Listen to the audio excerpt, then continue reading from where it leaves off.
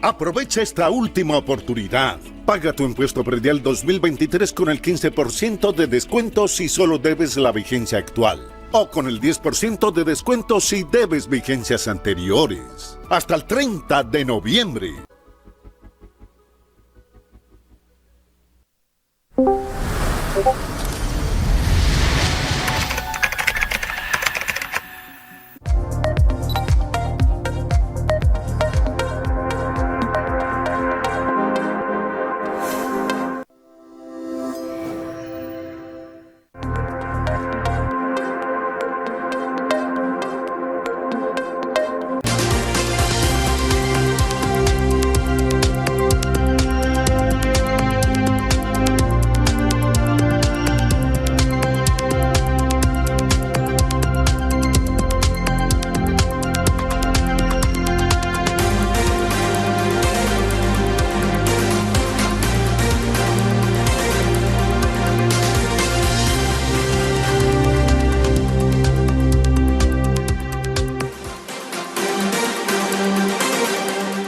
Hoy, en el informativo Nuestra Gente, ¿la ONU y su papel sirve realmente para algo?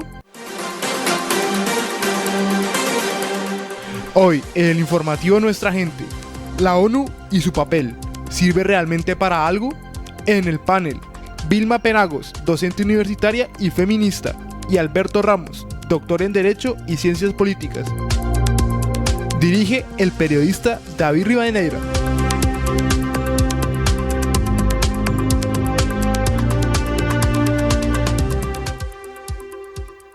¿Qué tal? Muy buenos días, bienvenidos todas y todas, los televidentes que nos siguen por el canal 2, bienvenidos al informativo Nuestra Gente, el día de hoy viernes, y también a todos los que nos siguen por nuestras redes sociales, por YouTube, en nuestro canal alterno, y en Facebook e Instagram. Bueno, el día de hoy tenemos dos invitados especiales para hablar de un tema que está puesto en coyuntura, pero es un tema que, digamos, que va y viene de acuerdo a los momentos históricos, y es sobre una organización muy importante que es la Organización de las Naciones Unidas, la ONU. En el escenario actual debemos volver la mirada sobre el papel que está representando en la moderación o humanización de los conflictos, precisamente el más cruento en estos momentos y el más difícil, por el que está atravesando Medio Oriente entre Israel y el grupo Hamas, que se está convirtiendo realmente en prácticamente un genocidio hacia la población gazatíe. Sabemos que la ONU surge en 1945 y en la coyuntura o en el momento de casi la finalización de la Segunda Guerra Mundial, y reemplazó a la Sociedad de Naciones, a la fallida Sociedad de Naciones de ese momento, aunque bueno, en el transcurso del programa veremos que tan exitosa al fin ha sido la ONU. Recogió su modus operandi en la llamada Carta de las Naciones Unidas, una especie de constitución interna firmada inicialmente por 51 países. Las funciones de la ONU son propias de un gobierno global e incluyen aspectos relacionados con la seguridad internacional, la paz, los derechos humanos y el desarrollo económico y social. Ha estado en el ojo del huracán y observada por su actuación precisamente en los conflictos más recientes, el de Rusia-Ucrania, que todavía sigue, aunque digamos estemos obnubilados por la barbarie y lo cruento del conflicto entre Israel y Hamas, o de Israel hacia sobre todo la franja de Gaza. Ya hablaremos un poco de eso. Entonces se ha criticado su alcance para mediar en estos conflictos y para la protección de los civiles y mediar por ayuda humanitaria. Recordemos que en la ONU están actualmente, si no estoy mal, ya confirmaremos con nuestros invitados, 193 naciones de 197 reconocidas. Eso, pues, en resumen, es la introducción que hacemos al papel que hace la ONU. Y bueno, para eso nos acompaña en el día de hoy la profe Vilma Penagos, docente universitaria, feminista, analista política, magíster en estudios de la diferencia sexual, magíster en literatura colombiana y latinoamericana y licenciada en filosofía e historia. Doctora, bienvenida, muchas gracias.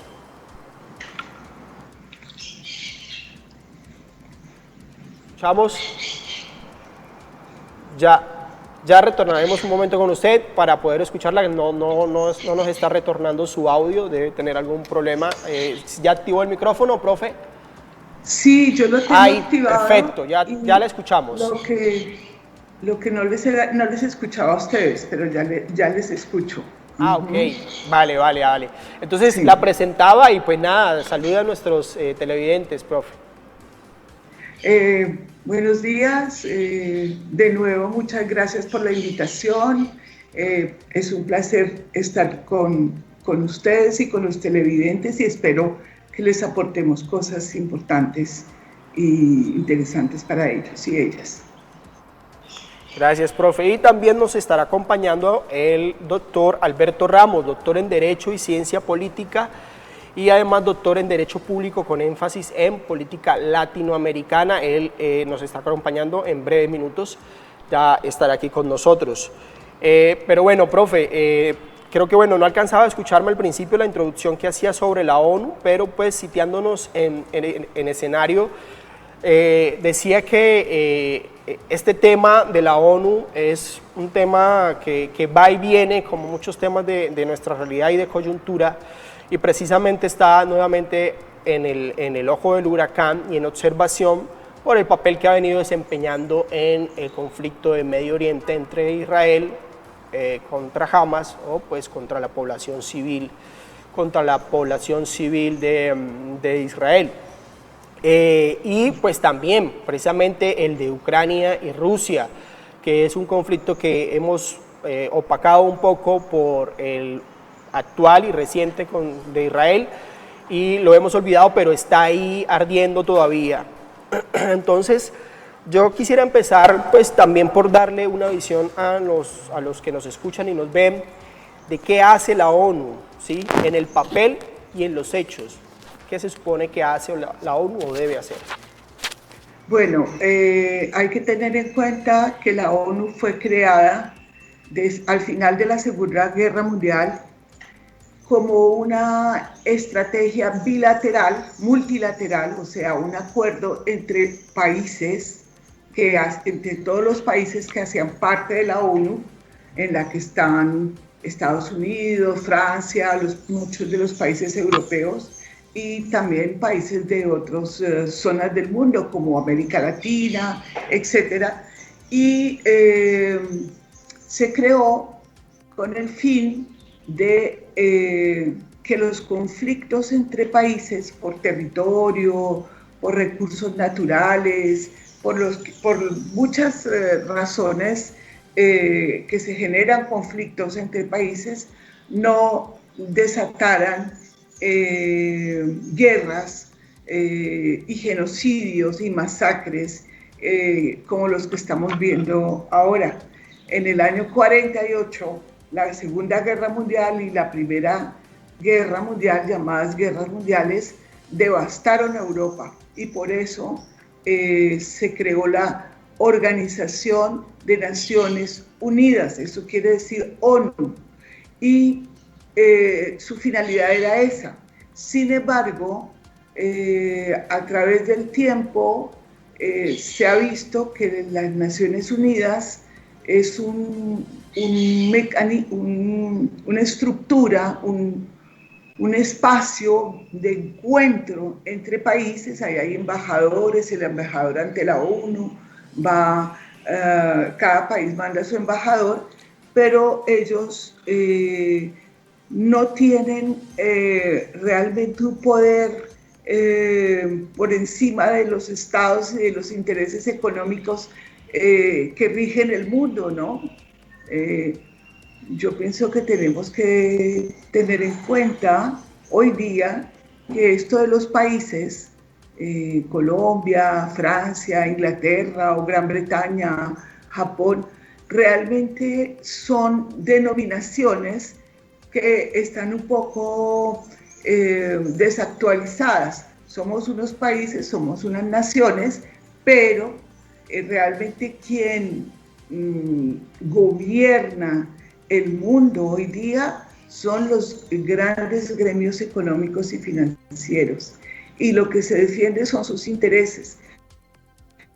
Entonces, las Naciones Unidas ante eso tienen muy poca capacidad de incidir realmente para evitar que haya un conflicto armado, bélico, entre países en conflicto. Tiene muy poca.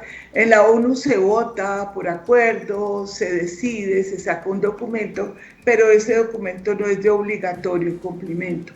En algunos casos sí, pero los países, empezando por Colombia, se lo pasan por la faja, no respetan todas las decisiones y las recomendaciones que hace la Organización de Naciones Unidas.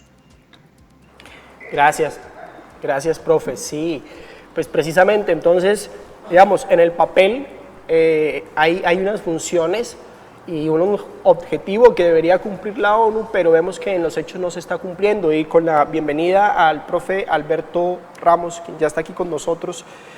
Profe, entonces, o sea, ¿qué hacer? ¿Y qué sucede ahí si hay un escenario donde la ONU realmente no está teniendo el peso, si hay decisiones que no son pues, de compromiso, de obligatorio cumplimiento? Entonces, ¿qué está pasando? ¿Qué hacer? ¿Cuál es su visión, profe? Muy preocupante, David, la situación del derecho internacional. Yo lo voy a colocar en un contexto, digamos, saliéndome no de la ONU y de su normativa, sino del derecho internacional en general, porque cuando nace la ONU, como dijo la profesora, cuando nace la ONU, al final de la Segunda Guerra Mundial, precisamente era para poner orden al mundo, o sea, claro, para recomponer el orden y para edificar nuevamente, porque se había derrumbado el orden mundial por la primera guerra, cuando nació la Liga de Naciones. Entonces había que organizar una entidad más fuerte que la Liga de Naciones, que fue lo que nació en el Pacto de Versalles. El Pacto de Versalles, el antecedente de la ONU. El antecedente de la ONU. ¿Sí? Entonces, al nacer la ONU se esperaba que, como lo dicen, pues su misión, su visión y sus propósitos, colocar las reglas del derecho internacional por encima para que la soberanía de los estados se respetaran. Segundo, para lograr la paz o intervenir cuando se interfiriere la paz. Tercero, para evitar las injerencias. Y cuarto, hacer respetar los derechos humanos, entre otros propósitos. Respetar los derechos humanos, y por eso la Declaración de los Derechos Humanos es de 1948. La ONU nace en 1945. Entonces, hoy la ONU, frente al caso de Ucrania, que es una invasión rusa, y el caso de Palestina, que es una guerra de exterminio, de aplastamiento, un genocidio, y que no es ni siquiera guerra porque no hay ejércitos enfrentándose, sino que es una situación irregular. Ahora hablamos de eso. El derecho internacional no opera. Entonces, ahora sí, la ONU es un organismo multilateral, porque el derecho internacional se basa en las relaciones entre estados, o sea, relaciones múltiples. Y la ONU es un organismo multilateral para modular, moderar, ¿sí?, para intervenir en las relaciones de los estados, las relaciones entre los estados, porque las relaciones en general del derecho internacional son entre estados, o sea, es bilateral. Claro. A veces, sí, 3 o 4 intervienen y para un tratado, y es multilateral el tratado, pero la ONU es un organismo multilateral permanente. Claro. Entonces, es para regular esas relaciones, y allí está todo el peso del derecho internacional, que es lo que en este momento se ve, se comprueba no funciona el derecho internacional. Y termino, un Estado facto, que se sí. quede sin derecho, de facto, Ajá. un Estado que se quede sin derecho, como Haití, por ejemplo, que no funciona el derecho, pues es un Estado fallido. Entonces, Claro. aquí el drama, ¿cuál es? Que el derecho internacional, moderado o arbitrado por la ONU, no está funcionando, quiere decir que el mundo es fallido, en el sentido de que cualquiera que utilice la fuerza, pues no va a encontrar sanciones, No va a hay que lo encontrar regule, y por lo tanto es volver Un a freno, una talanquera. la barbarie.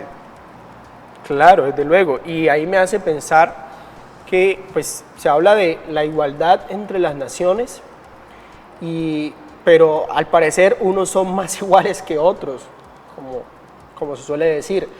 Entonces, ¿dónde está ese factor, ese peso? Sí, entendemos y sabemos que hay unas diferencias económicas, de poder económico sobre todo, de poder político y de poderío militar.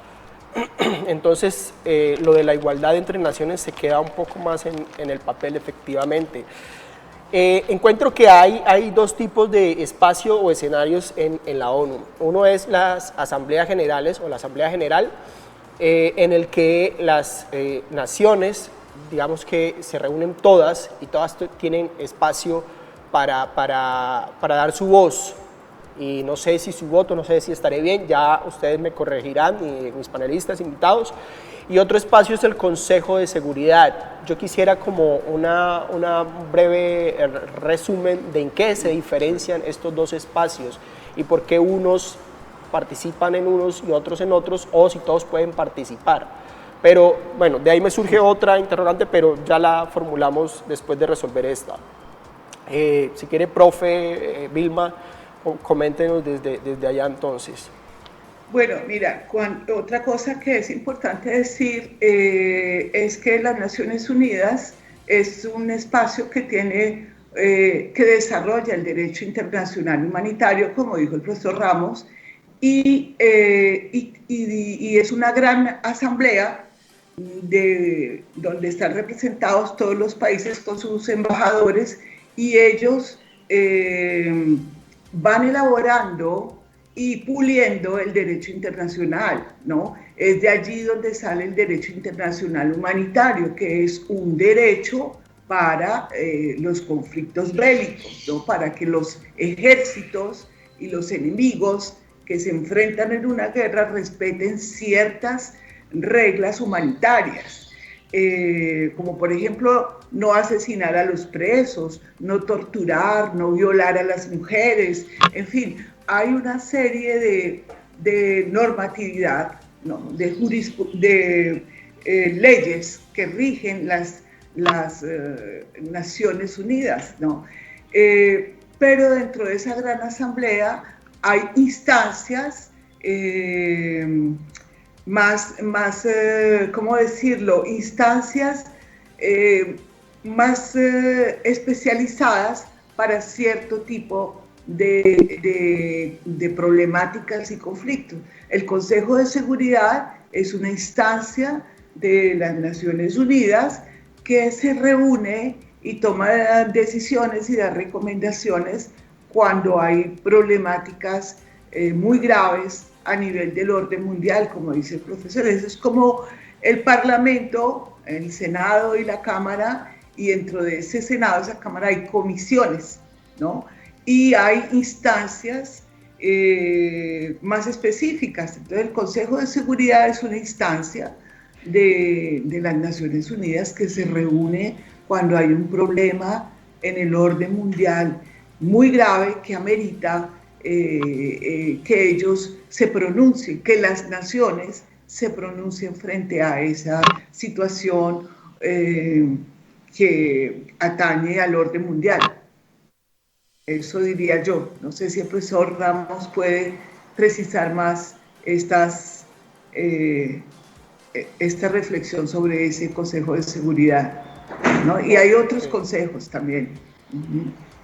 Ya, bueno, vale. Pero entonces, ¿por qué en el Consejo de Seguridad existe el poder de veto y por qué 5 naciones tienen ese poder de veto, que si no estoy mal son Estados Unidos, Rusia, China, Francia y se me escapa la otra, profe, Gran Bretaña. Sí, Gran Bretaña, o sea, Reino Unido. Reino Unido, sí. Pero ¿por qué entonces, digamos, por ejemplo, a resoluciones recientes de cese al fuego humanitario, que han propuesto otras naciones en los últimos consejos de la ONU, ¿por qué se ha dado que simplemente Estados Unidos da su voto, su derecho al veto, perdón, da su opción de derecho al veto y ya ahí se cancela todo lo demás? Pues si se supondría o pues uno entendería por el sentido común pues que al ser un organismo de Naciones Unidas donde todas tienen voto pues no debería ser así, pero pues en la práctica es algo que está estipulado dentro de los estatutos y la operatividad de la ONU. ¿Cómo explicar esto o cómo entender esto? A ver, allí es donde está el problema principal del funcionamiento de la ONU, en la composición del Consejo de Seguridad.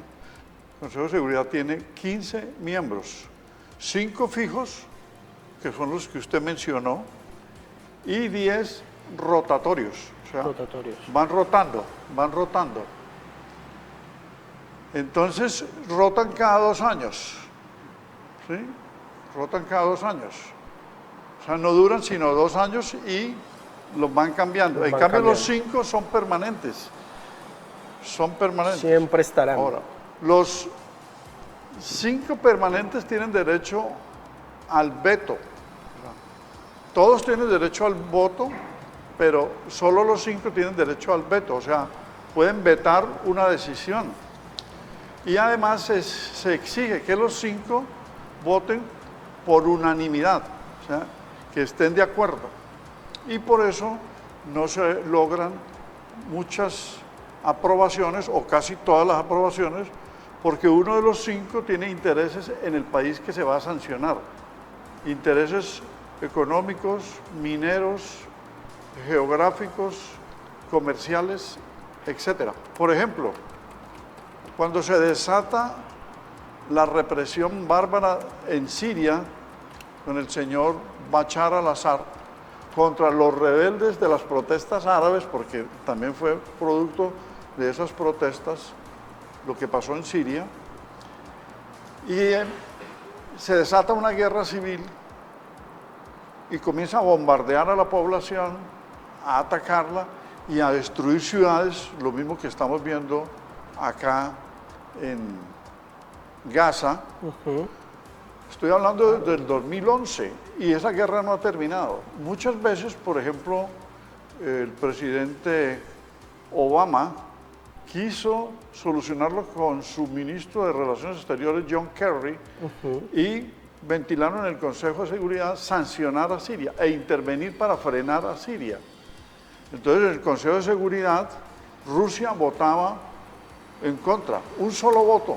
Y como los 5 no se podían obtener por unanimidad, nunca sancionaron al señor Bashar al-Assad en Siria.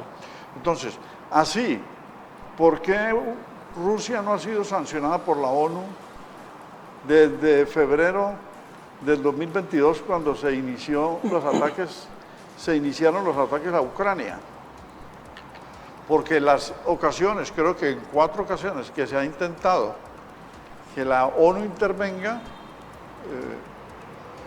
China se abstiene, no vota, porque China es un aliado de Rusia. Y el mismo Rusia, que tiene asiento, no va a votar contra sí mismo. Claro, por supuesto. Entonces, es una posición de potencias, son las potencias. ¿Y por qué esas 5 son permanentes? Porque fueron los triunfadores de la Segunda Guerra Mundial y le agregaron a China. Entonces, al ser los triunfadores y lograr que la paz volviera a Europa y que se reconstruyera Europa, Europa quedó en deuda. Y el mundo entero por luchar contra el totalitarismo, por vencer a Hitler, a Mussolini y a los japoneses. Entonces, Stalin muy hábilmente, en Potsdam, desde Potsdam, porque las dos conferencias clave fueron Potsdam y Yalta. Stalin dijo, sí, pero tiene que haber un derecho al veto. Y él fue el que colocó el veto. Él fue el que puso esa condición. Él fue el que puso la condición que no la han podido desmontar. ¿Cómo se lograría? Una reforma donde haya, por ejemplo, 25 miembros, o los mismos 15, pero sin veto, que sea mayoría simple. Mayoría simple. Aunque yo tengo una teoría adicional. ¿Cuál es su teoría, profe? Me gustaría saberla. Que si el mundo funciona o puede funcionar es por el multilateralismo, que dejen operar al multilateralismo. Porque después de la Segunda Guerra Mundial fue el bilateralismo, es decir, dos potencias, Rusia y Estados Unidos, dos ejes, comunismo y capitalismo. Y siempre disputa por áreas estratégicas, disputas geopolíticas por áreas estratégicas para tener como base o influencia esos países. Entonces, el bilateralismo. Cuando se cae la cortina de hierro, el muro de Berlín, en 1989, y empiezan las secesiones en 1991, Ucrania es la primera que se separa, y se descompone la URSS, la Unión de Repúblicas Socialistas Soviéticas, la URSS, viene el unilateralismo, es decir, que Estados Unidos ha sido hegemónico desde el año 91 hasta ahora, o si se quiere, digamos hasta hace 3 años, porque ha empezado a mostrar debilidades, pero es unilateralismo. Entonces, en las relaciones internacionales, en la política internacional, no ha operado efectivamente el multilateralismo, que es la decisión de todos los países. Si la ONU tiene 193 países, pues que la Asamblea General sea la que decida frente a 193 y la Asamblea por mayoría simple decida las cosas del mundo. Y allí no habría posibilidad de que un veto o una influencia o una potencia, sino que son mayoría y todos en igualdad, países pequeños, países intermedios y países potencias. Pero está establecido así, de esa manera, lamentablemente, para bien o para mal. Y profe Vilma, entonces, con respecto a esta teoría del profe y ese multilateralismo, ¿usted lo ve posible? O sea, ¿sí se podrá llegar a dar un escenario en el que realmente se rompa esa bilateralidad en el organismo de las Naciones Unidas para que sea, digamos, para que se dé la posibilidad de que se extienda una igualdad real en el poder de decisión? Mira, como lo decía antes, según el orden mundial y sobre todo el orden económico, lo veo difícil. Digamos que la creación de las Naciones Unidas fue un intento de la humanidad de ser más democrática, y hay un deseo de democracia que se confronta con los intereses geopolíticos y económicos de las potencias, fundamentalmente las 5 que son miembros permanentes, que fueron los que ganaron la Segunda Guerra Mundial y los que se autodefinieron como miembros permanentes.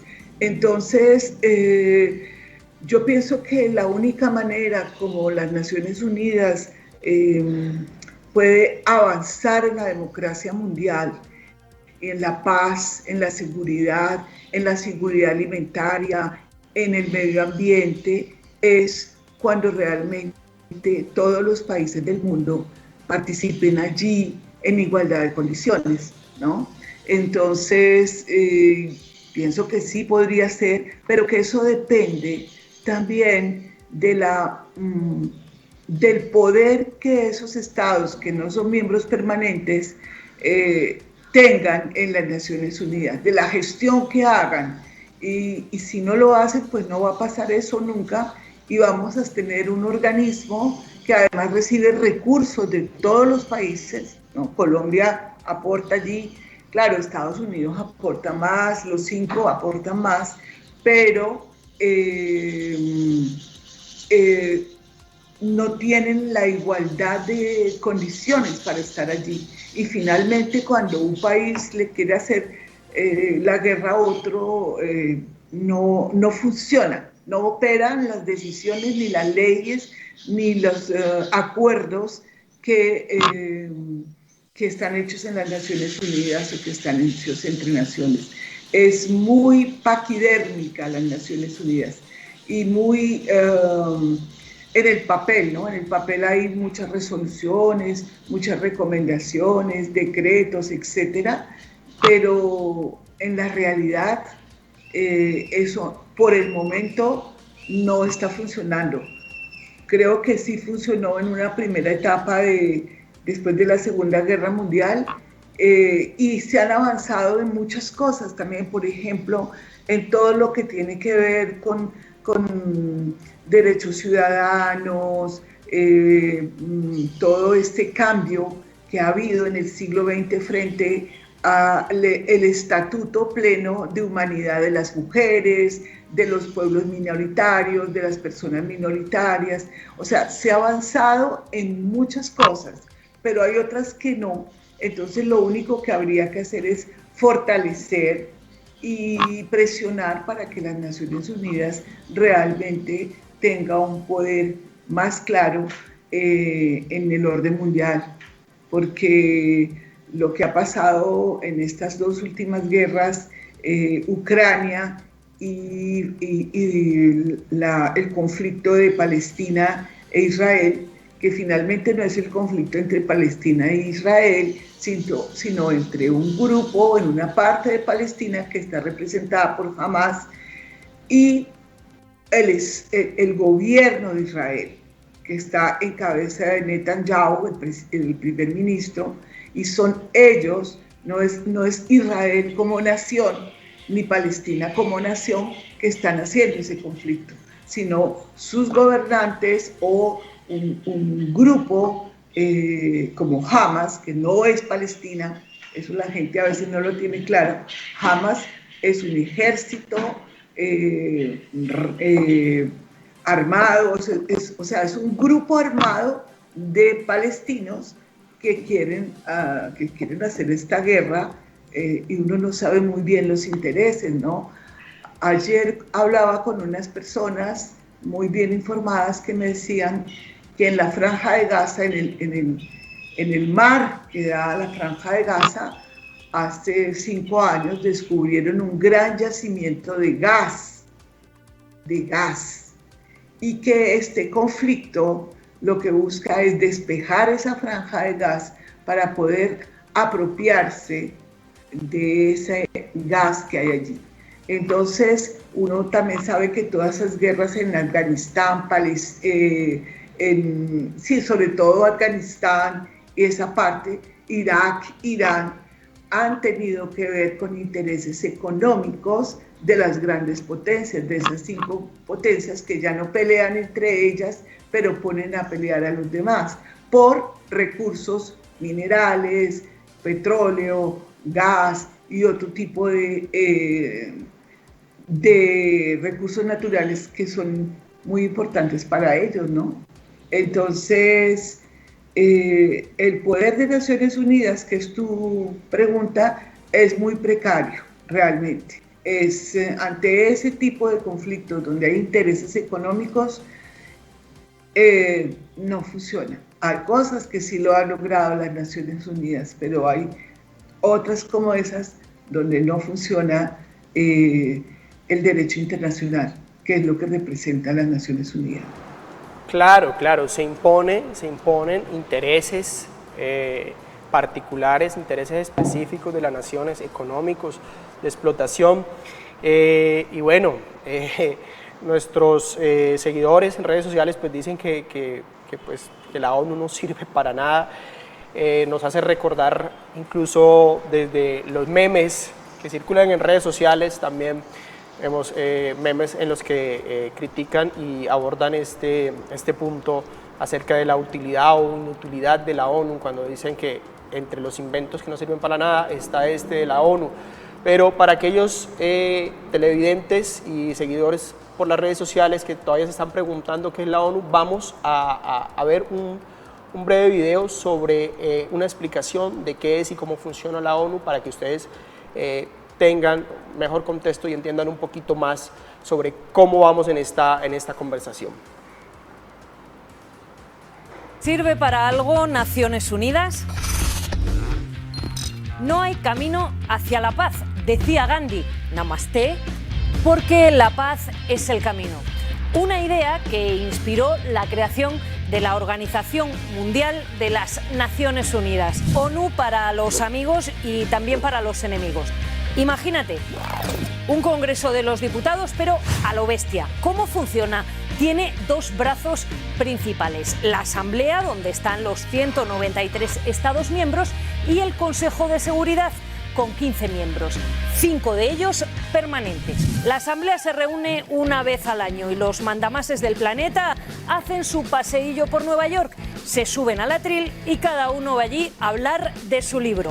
Da igual que seas un dictador o el mayor de los demócratas, todos tienen su minuto de gloria.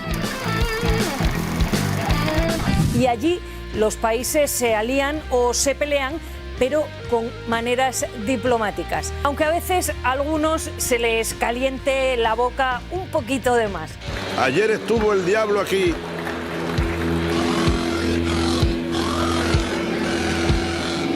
En este mismo lugar huele a azufre todavía. El otro brazo, mucho más importante, es el Consejo de Seguridad.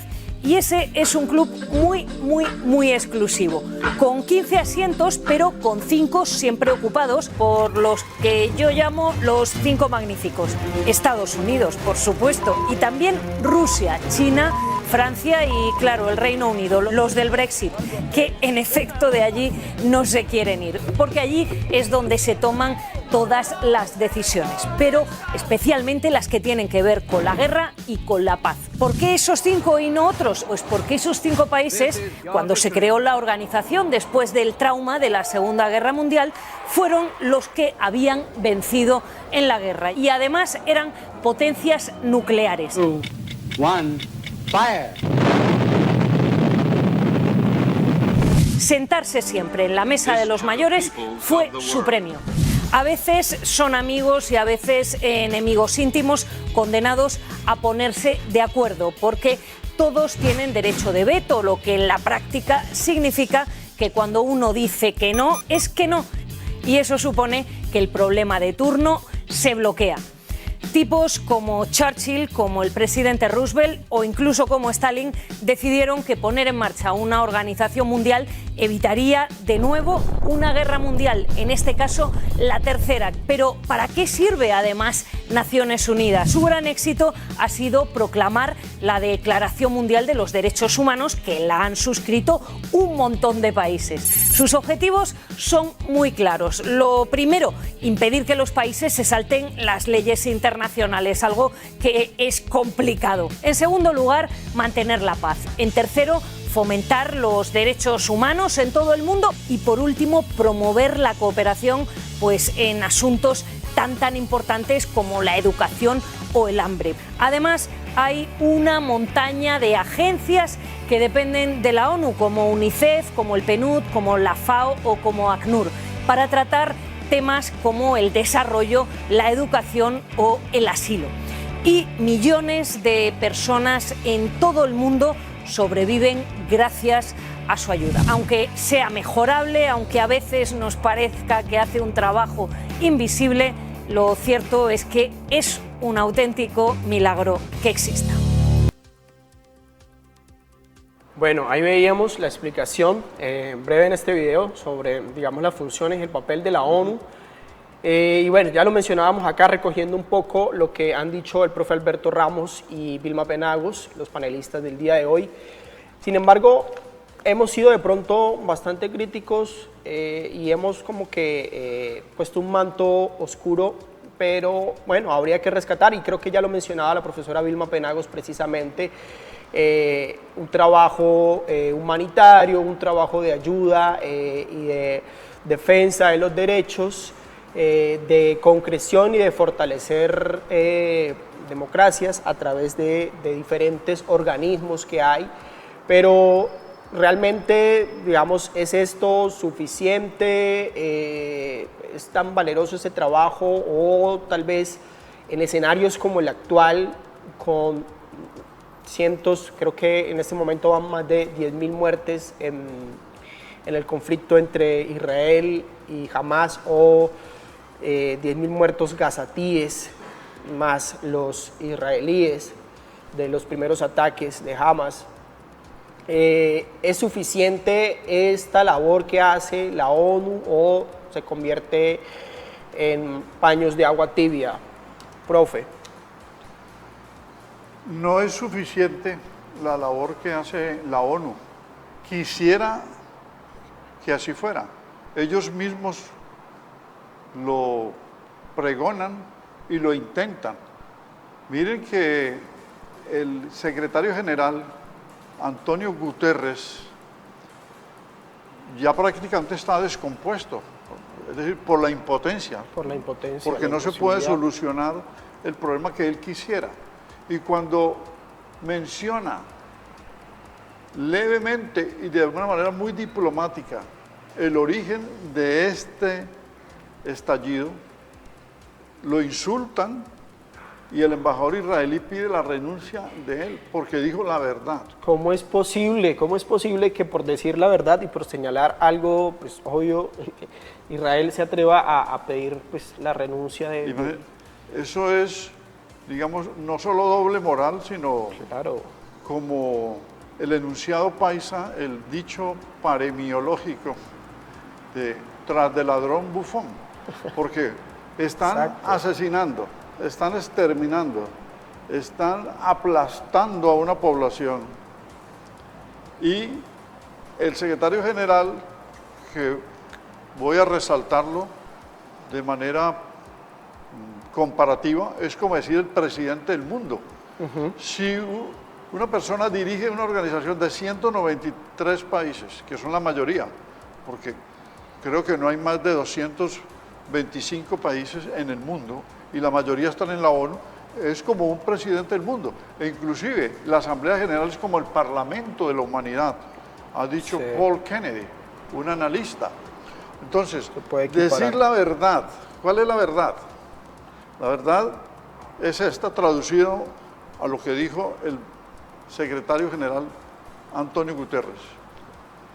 Si Hamas, que es un grupo, digamos, que se formó como terrorista, eran guerrilleros y se formó como terrorista, es un desprendimiento de la OLP, ¿sí?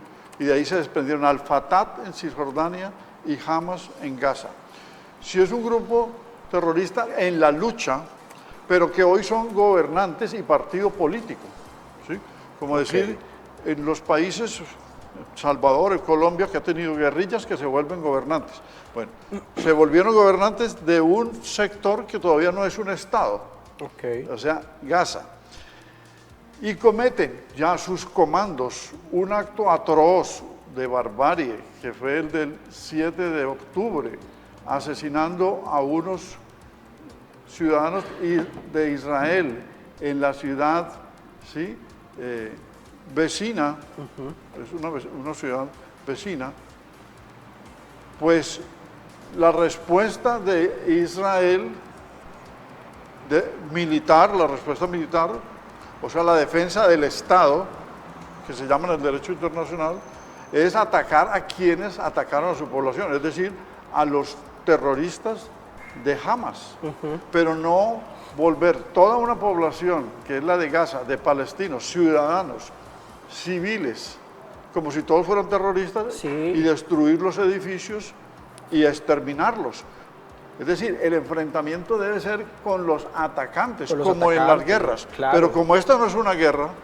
Y además un mes se cumplió ya de esa respuesta de Israel contra el ataque de Hamas, pero esa respuesta, como usted lo menciona, esa respuesta ampliada y en la que están cayendo los civiles. Correcto, entonces la respuesta de Israel, que debería haber sido contra los atacantes, es decir, contra el grupo terrorista de Hamas, esa respuesta de Israel no fue contra el grupo terrorista, sino contra toda la población, precisamente para debilitar a Hamas, que también hay un brazo que son gobierno, como pasó o está pasando en Ucrania. Atacan la población civil para debilitar al gobernante, a Zelensky. Entonces lo hacen sentir indefenso, pero eso no son reglas de la guerra, se viola el derecho internacional humanitario, los convenios de Ginebra, y se viola normas que tipifican delitos que son crueles, atroces, de competencia de la Corte Penal Internacional, que son crímenes de guerra, delitos de lesa humanidad, genocidio y agresión. Sí. Entonces, termino. El secretario general dio a entender que la respuesta debió haber sido contra los que atacaron y no contra la población, porque eso no viene del vacío, que fue la palabra que él utilizó. Entonces dijeron, ¿está usted identificándose con los terroristas? O sea, le dijeron que era prácticamente solidario con los terroristas, cuando él estaba invocando el derecho internacional. Claro, por supuesto. O sea, es totalmente desfasada y descontrolada la respuesta de Israel hacia el secretario general de Naciones Unidas. Y profe Vilma, o sea, igual, esto tiene relación total con lo que estamos hablando, precisamente porque fue en ese escenario. Escuchaba en discusiones recientes algunos que todavía, digamos, están señalando o dudan de si ya se puede calificar o asumir como un genocidio lo que está pasando en Israel.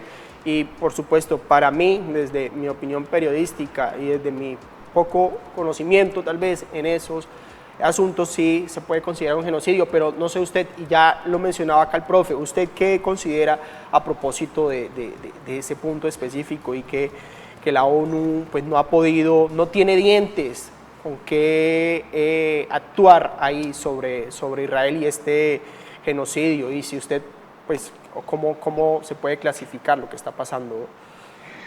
Mira, yo pienso que dar respuestas muy concluyentes de lo que está pasando es muy ligero y es muy pronto. Realmente nosotros no sabemos la dimensión de lo que está pasando. Es muy probable que sea un genocidio, pero hay que tener muy claro que Israel es parte de ese territorio y Palestina, que es el estado que se crearon esos dos estados de la Segunda Guerra Mundial, un poco después de la Segunda Guerra Mundial, como una solución para Europa, con los judíos europeos que quisieron y propusieron, y eso le convenía a Europa, tener un estado allá en esta región de Palestina. Entonces el pueblo palestino está un poco, todo está mezclado, ¿no? Está Israel a un lado y al lado sur, digamos, está la Franja de Gaza, que es Palestina, pero al norte hay otro pedazo de Palestina que está separado del sur. O sea, hay una situación muy compleja. Eso por una parte. Por otra parte, lo que se está diciendo en los medios es que el que está cometiendo el genocidio es Israel contra la población palestina, que la población palestina no es lo mismo que el grupo armado que hoy es gobierno en esa parte de Palestina, que es Hamas. Entonces, y que Hamas hizo un ataque terrorista a Israel, lanzando unos misiles que destruyeron y mataron mucha gente también. Pero entonces la respuesta de Israel es contundente y no es contra Hamas, porque es difícil, porque Hamas está en el mismo territorio de Palestina, ellos no están al lado, ni tienen un pedacito por acá. Es difícil, y ellos, ante su necesidad de superar ese conflicto, como sea, no les importa acabar con la población civil que hay en ese territorio también donde está Hamas. Entonces, Es muy probable que sea un genocidio, pero yo pienso que todavía no podemos tener claridad ni cómo evaluar ese conflicto que está sucediendo allí, ni quiénes son los realmente interesados en que ese conflicto se dé. No olvides lo que dije del gas, no olvides que detrás de Israel está Estados Unidos, pero también los países, la OTAN, apoyando, y que del otro lado están los países árabes también definiendo y aprovechando el conflicto para tener más poder en esa zona, que es muy importante. Entonces no es fácil evaluar y tener claro qué es lo que está pasando allá. O sea, si es genocidio, si quienes están detrás de los unos o de los otros. A mí me parece muy complejo todavía saber eso. Lo que sí es cierto es que hay unas imágenes en los medios de comunicación que nos muestran una gran mortandad de civiles, y eso es terrible. Más doloroso en todo el ámbito de este conflicto y de estas problemáticas, la vida de civiles inocentes, niños, mujeres, hombres, pero bueno, dígame. Sí. La humanidad, quienes más mueren son los civiles, y particularmente las mujeres, los niños, las niñas, los ancianos y las ancianas. Esos son los que más mueren y los que más sufren en todo conflicto armado. Y eso lo ha dicho muy claramente las Naciones Unidas. Por eso yo no puedo decir que las Naciones Unidas no sirven para nada. Sirven para cierto tipo de cosas muy importantes, ¿no? Como todos los datos y los estudios que hacen, y el apoyo humanitario que le dan al mundo, a todos los países del mundo, pero hay hechos como este conflicto, o el de Ucrania, o muchos que hay en África y en Asia, porque a nosotros acá nos parece muy importante lo que está pasando en Ucrania y lo que está pasando ahora en Palestina, pero conflictos bélicos hay todo el tiempo alrededor del mundo. En África, en Sudán, ¿se acuerdan hace poco que se habló de eso? Y allá siguen en guerra y se siguen matando, y es la población civil la que sigue pagando los precios el precio más caro, que es la vida y el bienestar de las poblaciones. En el sur de Asia también hay muchos conflictos, en Sri Lanka, en Afganistán.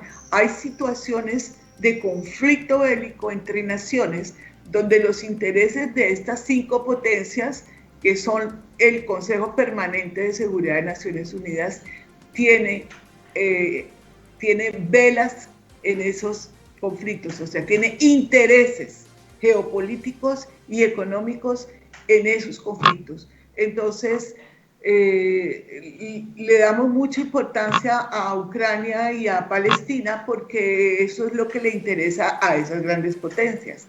Pero conflictos, nomás el conflicto colombiano, el conflicto interno que ha tenido Colombia por más de 50 años, eso ha generado desplazamiento, mortandad, precarización, niños huérfanos, viudas, violaciones masivas, tantas cosas, nomás aquí en nuestro territorio.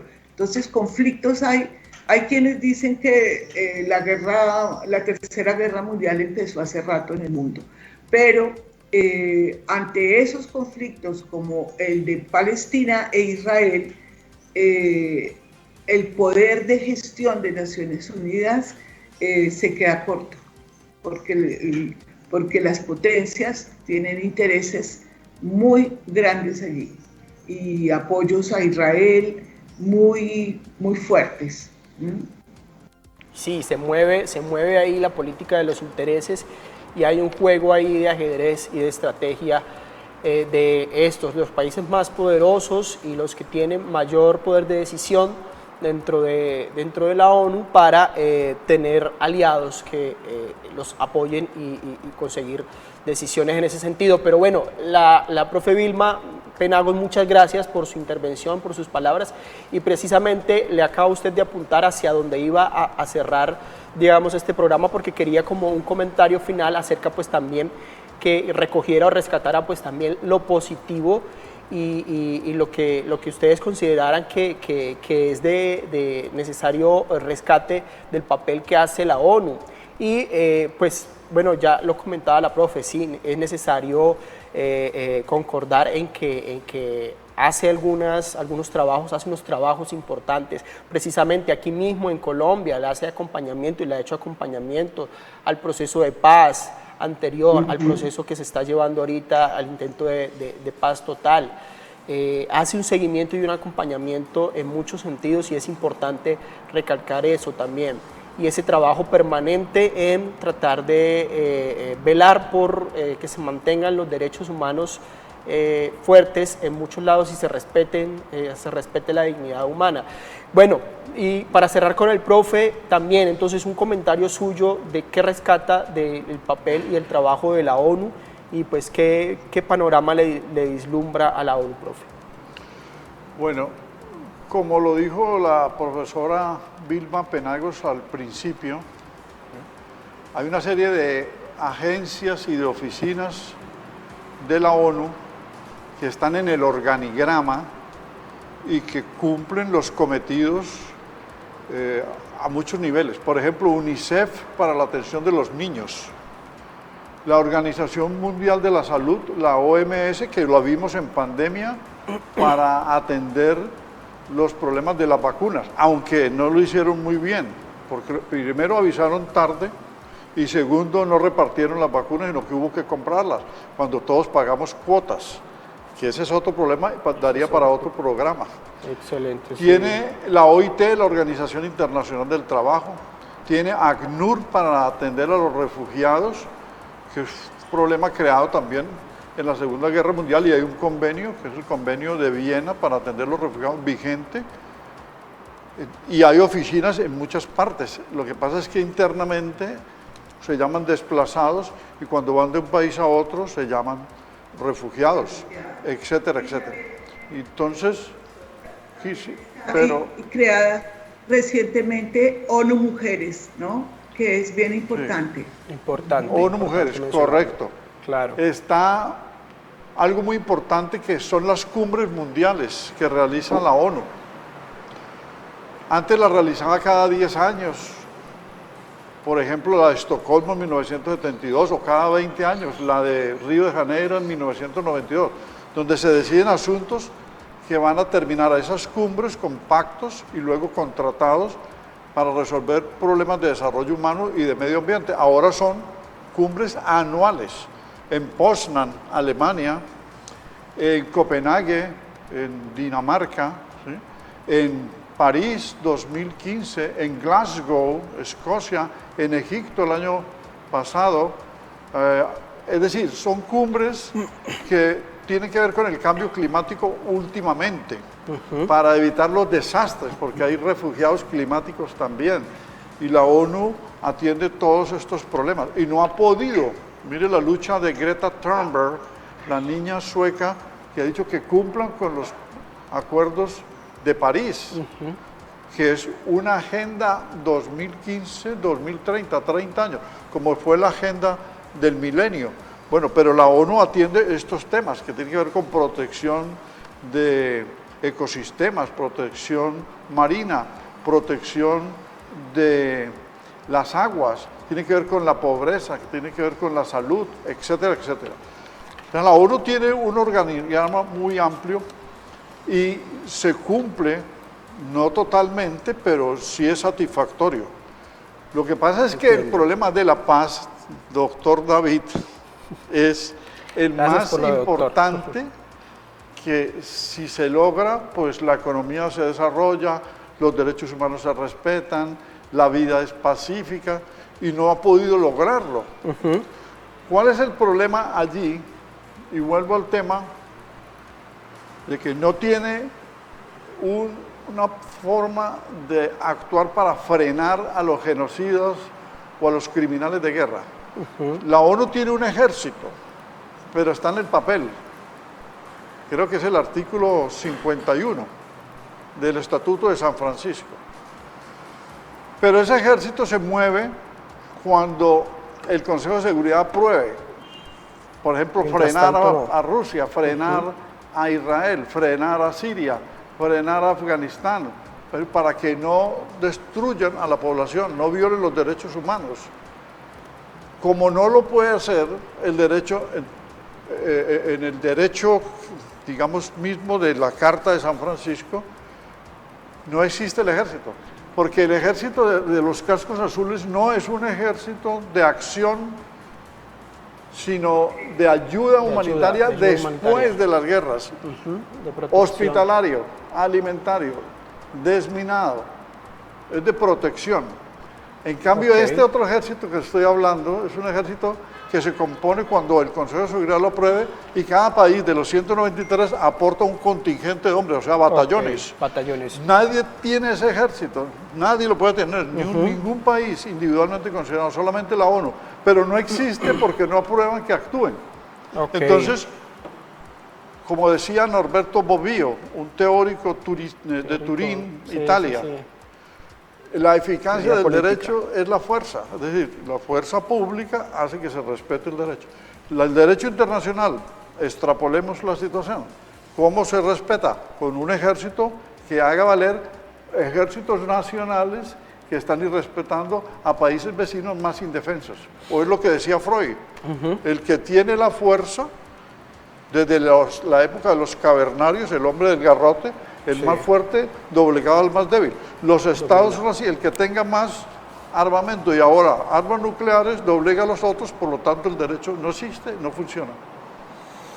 Los poderosos, bueno, es una discusión con muchas aristas, bastante amplia, con demasiados tópicos y bien compleja, que pues podríamos pasar mucho tiempo más hablando y tratando de sacarle punta a este tema y de definir muchas cuestiones más.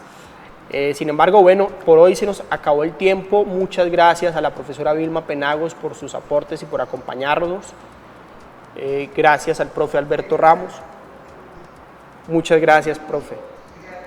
Bueno, y muy importante, hasta luego. Bueno, nos volveremos a ver en otra ocasión, en otra emisión. Y muy importante lo que señalaba la profe precisamente de ONU Mujeres también, una organización de creación pues, relativamente reciente.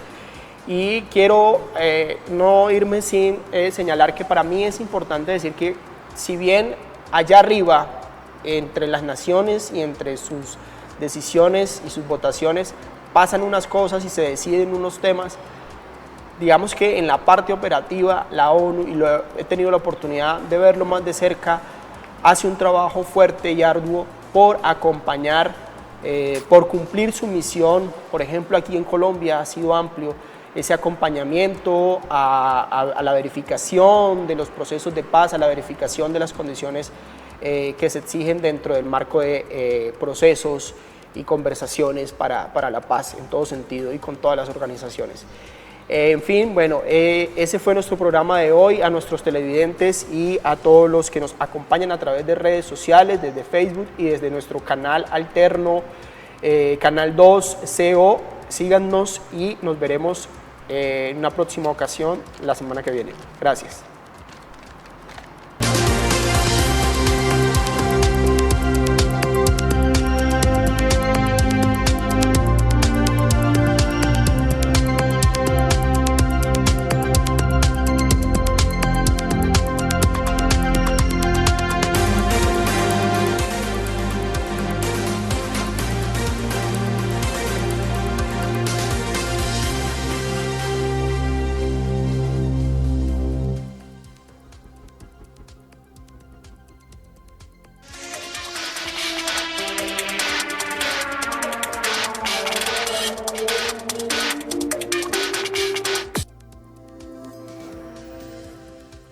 Aprovecha esta última oportunidad. Paga tu impuesto predial 2023 con el 15% de descuento si solo debes la vigencia actual, o con el 10% de descuento si debes vigencias anteriores. Hasta el 30 de noviembre.